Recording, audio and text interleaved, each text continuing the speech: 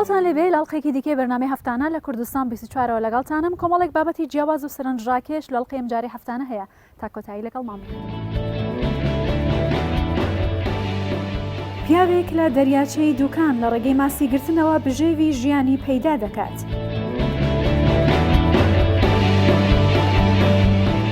تابلۆکانی گەنجێکی خەڵکی کەرکووک زۆرترین داواکاریان لەسرە بۆ کڕین.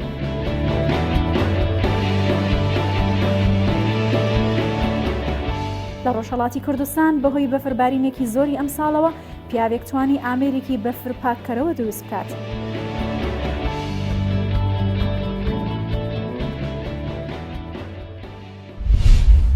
لەسەر دەریاچەی دوکان خەڵکانێکی زۆر هەر لە بەیانی زوو کاتژمێر 5ەوە هەڵدەستن دەچن بۆ ماسیگری لەسەر دەریاچەی دوکان جگە لە ڕۆژانی هەینی ئەم نەریتە ڕۆژانە دووبارە دەبێتەوە. خاڵە حەمە دەڵێت کە ئێمە ساڵانێکە خەریکی ئەم پیشەیەین لەم ڕێگەشەوە بژێوی ژیانی خۆمان دابین دەکەین. هەروەها دەشڵێت ئەو ڕۆژانە کە ماسی زۆر دەگرین جۆمان خۆشە. ئەڵێت جەوی ماسیگرتن زۆر تایبەتە و هەموو کەسێک دەتوانێت لەو ڕێگەیەوە تایبەتمەندیەکانی ماسیگرتن لە دەریاچەی دوکان تاقی بکاتەوە.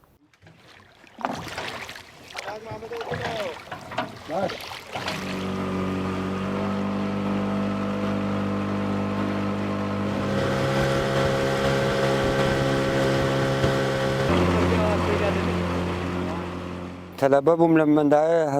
1970 بەلەموانم تا ئێستا بژێوی ژیانمان لەسەر بەعرەکەیە چێژێکی زۆر خۆشیە بەلەموان بۆ ڕاوێ دێ وەک کرمی وایە لە مێشکیدا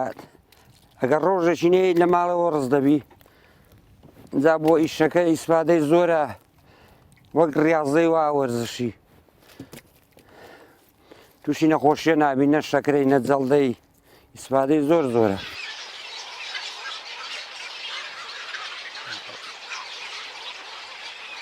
بەیانیان سەعات 5 لە خەوێ هەڵدەستین ئەگە بانجیشیدا نوێژەکەی دەکەین و لەگەڵ ئیڤای دێن ئیڤای مەعمیلان لە عاجیاوا ڕدەین بۆ بەری مەرگێ بۆ منداوێ بە سەعاتێکی دەکەین یەکەم بە لە مەکاندا دەبەزین دوا دەچین هەر کەس ئیشی خۆی دەکا لە ئیشەکەش بووینەوە ماسەکان دەدەینە مەعمیلی و سەعات 3 دێنەوە بەرەو ماڵێ بەرەو عاجیاوا مەعمیلیشمان بۆ دێ لە هەولێرە ڕا ماسەکان بار دەکا و دەڕوە لە جۆر ماسی تێدا ئەو بارە شەبوود زەردە قاژە حکومەتی زەراعی پێدەڵن شلت پانکە شینکە بە شینکە کەس تابیلی نییە ڕووبیان خولەمەچە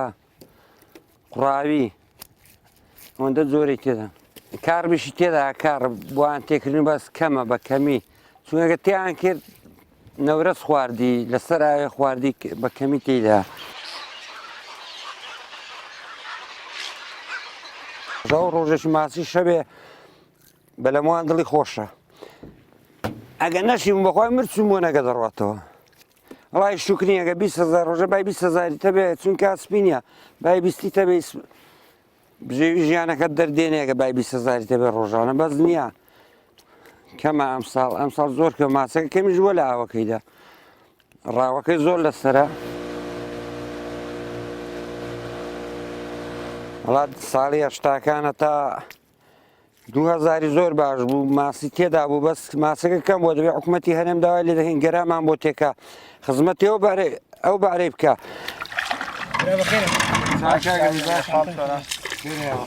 من هەر هیواتمەوەی بێ مەسەر بەعرەکە بۆ خۆم ئەگەر پێشی نەژیم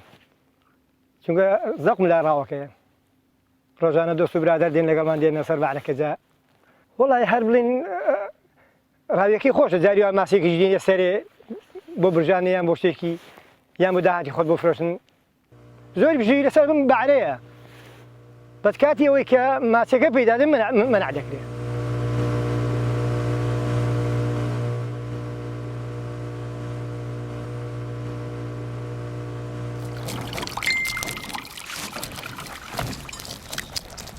ئەگە لە ئیشەکەش بووینەوە بڵێن سەعات 2 لێ دەبینەوە سەعاتێک دێنەوە باری ئەگە ماسێکی جوانمانە بە سوورە ماسی یان دەکەینە مەزگوو یان سووری دەکەینەوە بەدونەوە ماسی حازر دەکەین شیان ئەوی زەوقی لێ بێ دەکاتە مەزگوب تام و چێژێکی خۆیە سوورکراوەش بە گەرمی تام و چێژێکی خۆیە وڵا لەو دەشتای خۆشترە لە سەر ئاوەکەی خۆشترە تامەکەی پترە بڵێ ماندوو هیلاچی تۆش کەنانەکەی دەخۆی وزێکی دەداتێ و بەشەوە بە ماسە.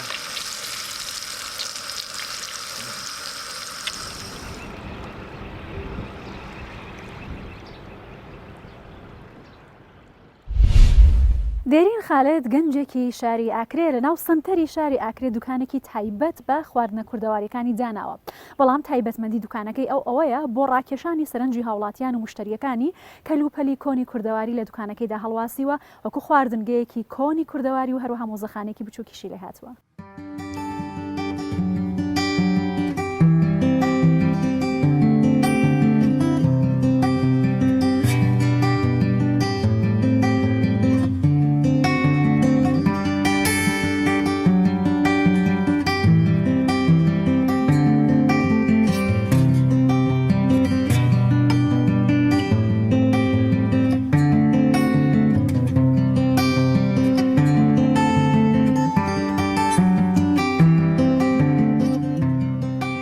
دەبێت مرۆڤ نۆفسیلۆ خۆ جیاواز بیتن یعنی مرۆڤ فسیلەکە پێتن و جیاواز مرۆڤی دیار بیتن بە مرۆڤی من ڕاستی قانعتۆ منەوە یعنی بۆ شتێک فلکلوری یعنی کو خەڵکێکی ڕۆکێسما خۆ یعنی گەلە کەیفە خەڵکی خۆتیش ڕاستی کو هەفما تامە منەوە کری سەر شتێکە لە پوری خەڵک تێتن سکلۆت نۆڤدات کێسی دەست خو سێل متکەتن ڕاستی مووی بۆ من خەر ئاوا بوو خۆ کچکەوتیە خۆڕاس من هەر کەیفی دەستای دێتن.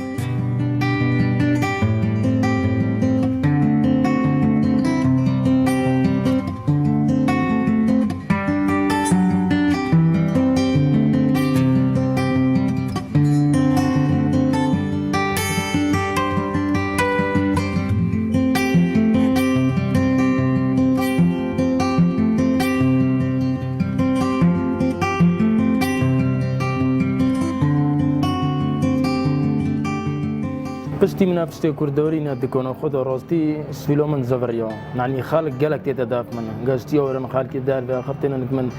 دەست خوشیێن مگەن ڕاستی خۆڕما سۆڕ وەکو کوردەوەریە یعنی خەڵکی پێرۆزیە و گەشتیۆرتێن سکلۆت گەل تشتێمت کێشم منە پشتە وەکو مویباکی من هەلگردی نەخۆ چونکە بۆ بوو بۆ پیرە ئەس گرنگیە دەمێ ئەستانۆ کەم و کەسێک بێژیت ببەتەنەوە نیابەچێتان و خەڵگرتی ئەس لێرە هەموو تشتیت پۆڕێزم.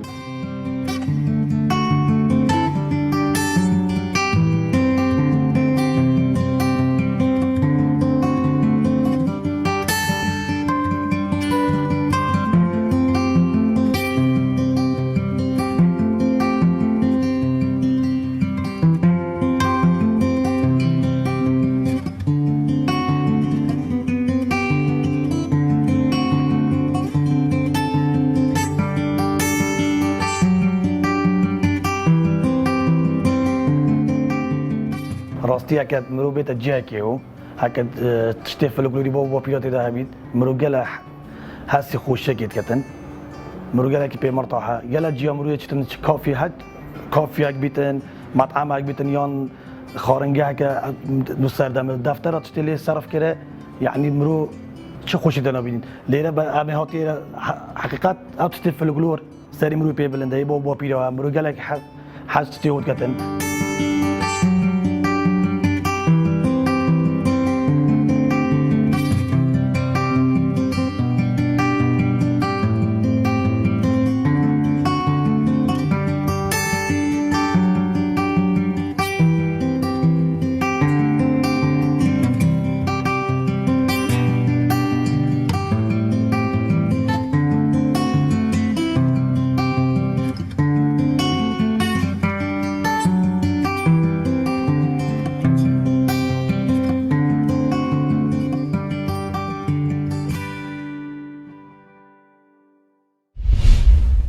گەنجێک لە کەرکووک لە ڕێگەی کارە هونەریەکانی و کێشانی تابلۆ سەرنجی خەڵک و هاوڵاتیانی بۆ لای خۆی ڕاکێشاوە. ئەو گەنجە وێنەی هونەرمەندانی کوردستان و سرشتی جوانی کوردستان لە تابلۆکانیدا دەنەخشێنێت ئەمە شوای کردووە لە دەرەوە و لە ناوەوەی کەرکووکیش خواستێکی زۆر لەسەر کارە هونەریەکانی هەبێت.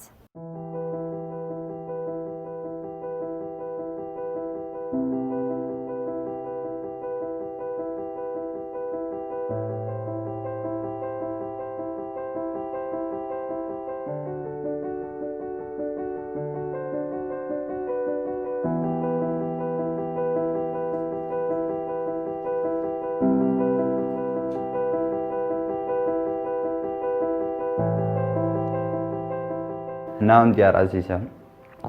خەڵکی شاری کەرکووکم هونەر ینی بەشێکی ینی گەورە بووە ینی لە مناڵی و لای من هەرچەنە ینی لە سەرەتای ینی تەمەنێش ینی بچووکترا ینی ئەوەنە گرنگجیەش ینی زۆر زۆرمانی پێ نەداوە بەس ینی ئەوەش یاش گرنگم پێداوە بایەوە ینی هەتاسە ینی گەیشتۆتە ئێرە و هەستا لە ئێستا ینی خوێندکار ینی پەیمانگای هونەرە جوانەکانی کەرکووکم و ینی بێ لەوەش ینی کە بۆ نمونە دەوامی ڕئیسی خۆم هەیە ینی دەرەوەی دەوامش ینی بەردەوام ئیشەکەم و هەم ینی ئیش ینی بۆ مەسەڵەن ینی خەڵکشەکەم ینی داواکاریش ینی زۆر هەیە لەسەر ئیشەکان.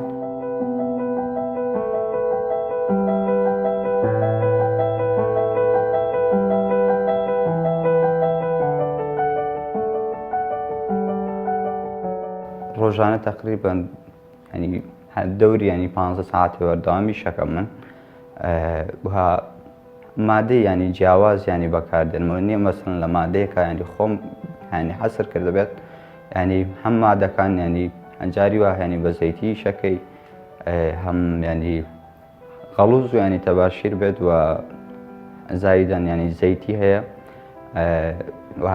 ئیش ینی قەڵەم لای من ینی دەرەجەیەکە ینی چونکە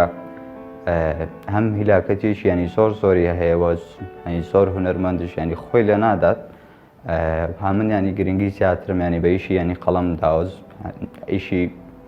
هەوردەکاری و دەقیق.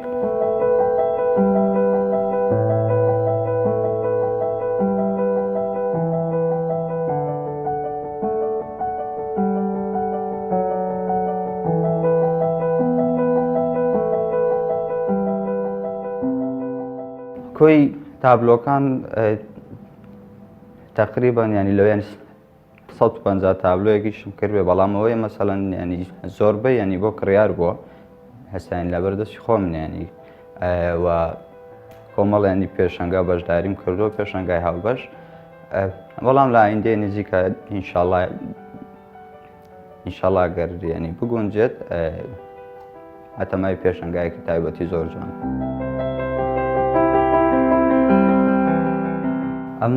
هەم تابلۆ ینی پشتی منەوەی هیچ بوو لەو تابلۆیانم ینی کە دەنگدانەوەیشی زۆر زۆری هەبوو و هەندەوری ینی نزیکە ینی هەنەوە ساعات ئیشی تیاکراوە هەیشەکەش ینی بە قەڵەم کراوە لەسەر ینی کاغەز و هەرکێکە ینی لە ناو ئیشەکان یەکێکە لە ئیشە هەرە هەگرنگەکان بەلای منەوە و ها بەلای بینەرشەوە ینی ئەو دەنگدانەوە زۆرەی هەبوو.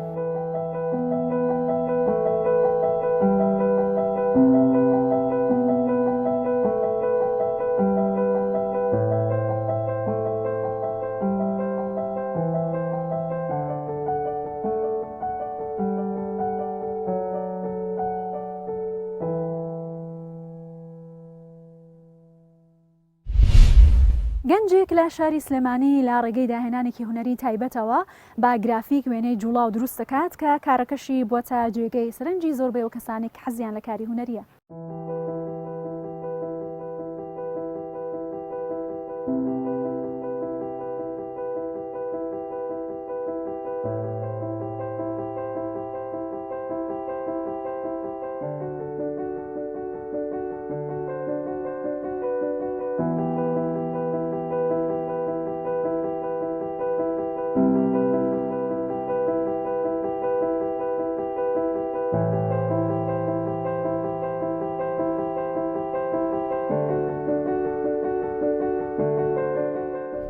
ناوم ڕامی خەسرەوە لە پەیمانگەی هونەرە جوانەکان لە بەشی گرافیکە خوێنم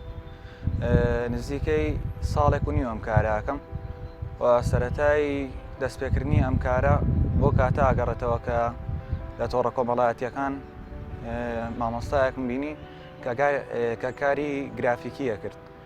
دواتر بینیمە مامۆستایە گەشتەکە لە گەشتەکانی وێنەی ئاسەوارەکان دروستەکە زیاتر لە بیناسازی کاریە کرد. دواتر کە وێنەکانی دروستە کرد و لەسەر جادەی فرۆشتەوە چەند وێنەیەکی دروستە کرد و ئەی فرۆشتەوە. منیش بڕیارمە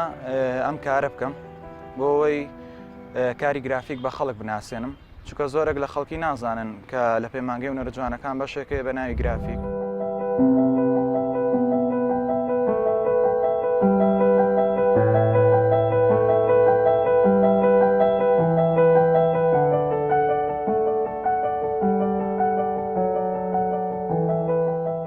کاتێککە دەستم کرد بە گرافیک کە چوومە ناوی سەرم کرد ئیشێکی فراوانە، من خۆم زیاتر حەزم بە ئیشی فراوانە. کاری گرافیش کارێکی زۆر فراوانە، مەستانی نییە، لە چەند بوارێکی تری شاخۆ یەکرێتەوە وەکو گرافیک دیزاین لە ئەدۆپە و ئیندیزاین و لۆگۆ زیاتر بۆ کاری بزنس بەکارێت و من زیاتر لەم ئیشە ئازانم.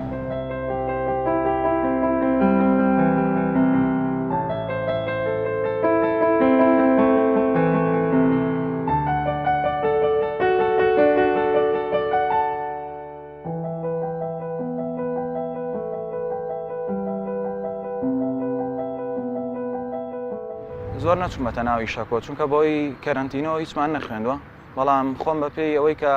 لە تۆڕە کۆمەڵاتەکان متابعەم کردووە ئەم کارانم وەرگرتووە، بەڵام زیاتر لەسەر کاغەزی ڕەش بیرۆکەی خۆم بوو و گرافیک دیزاینەرە ئەوروپیەکان زیاتر لەسەر کاغەزی سپیە و کاراکەم، باگراوندەکەی چۆن بڵێ ناوەوەی ئیشەکە ڕەشەکەن، باگراوندەکەی سپیە، بەم شێوەیە وەکو گەردووناسی ئیشەکەن. من خۆم زیاتر حەزم بە کاری گەردوونیە.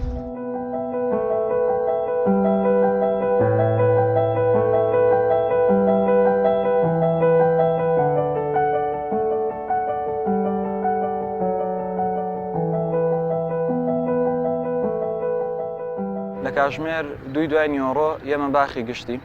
تاوەکو 6 ئێوارە، هەندێک جار تا 7 لێرم، دواتر بەرەو سەهۆڵەکە ئاڕۆم، لە دوای 6 لە سەهۆڵەکە ئابم تاوەکو 10-11 و خەڵک تەڵەبی شەکە زیاتر داواکاری ئەەکەن، بە تایبەتی ئەوانەی کە هەنە کەسێتم خەیاڵەکەی بۆ بکەم بە ڕەسم، شتێکە لە مێشکی خۆیەتی بۆ یەکەم بە ڕەسم، ئەوە زیاتر بۆ من خۆشترە.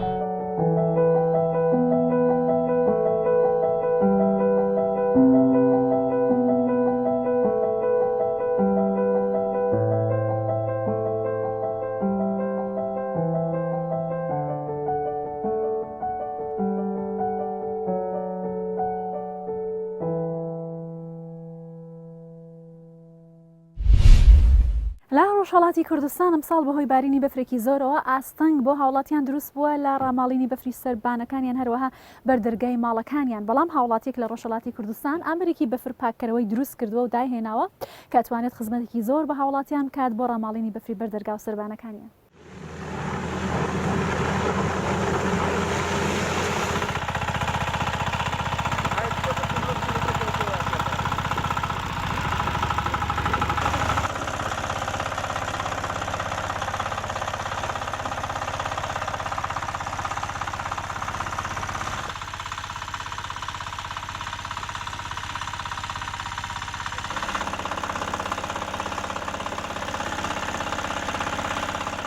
که چون من علاقه جه هر راستی به وسایل شکرنی های من علاقه که زیاده به صنعت های هر راستی اوه تمام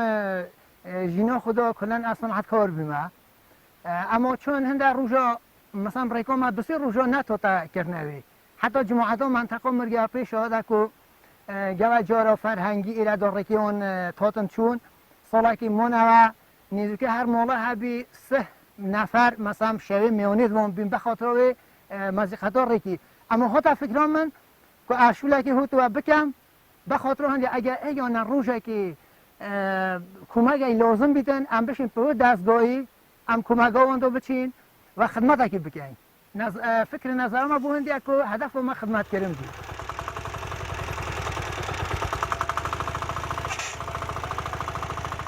او دستگاه بچه که دنگی و کزوره، اما او دستگاهاتی تا کنترل کردن دنگی و اگر سوزک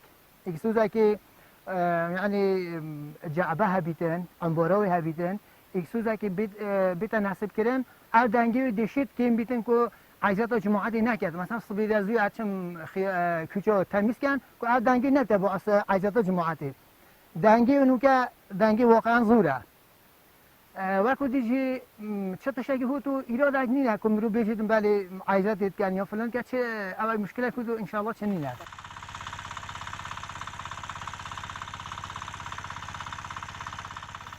الحمدلله گنده ما بو هندی زود پیش قدم بو وسایل تو که بین چیکرنه زود به افتخارت کن او گنده ما چی که کسا جاکی هوتو نیوکای گلیه حد رخا ماشین آسیبینو ماشینی تای لازم که او گنده پیشه که بارا ریکو امیت و گنده دا دبیتن زیاده تر مثلا تلاش بکردن که تشهر هوتا بیده چیکر الحمدلله همیا تشویق از یک روی بابت دا دستگاه کجی بلی و هندی کو ایراد تمیز کم هنده جارا ماشین و رویان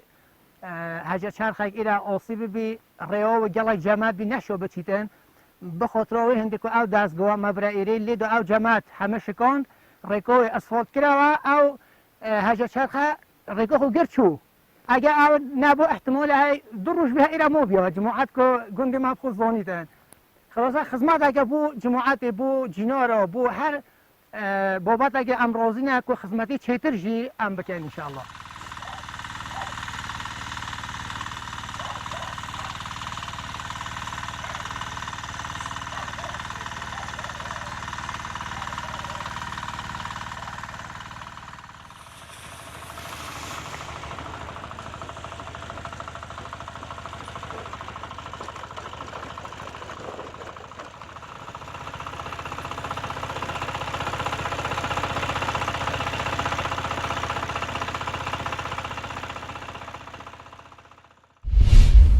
لاماوەی ڕابردوودا بە بەرنامەی هەفتانە لە کوردستان 24ەوە لەگەڵتان بووم تا پێگەیشتنەوەیەکی تر هەر شاد و بەختەوە.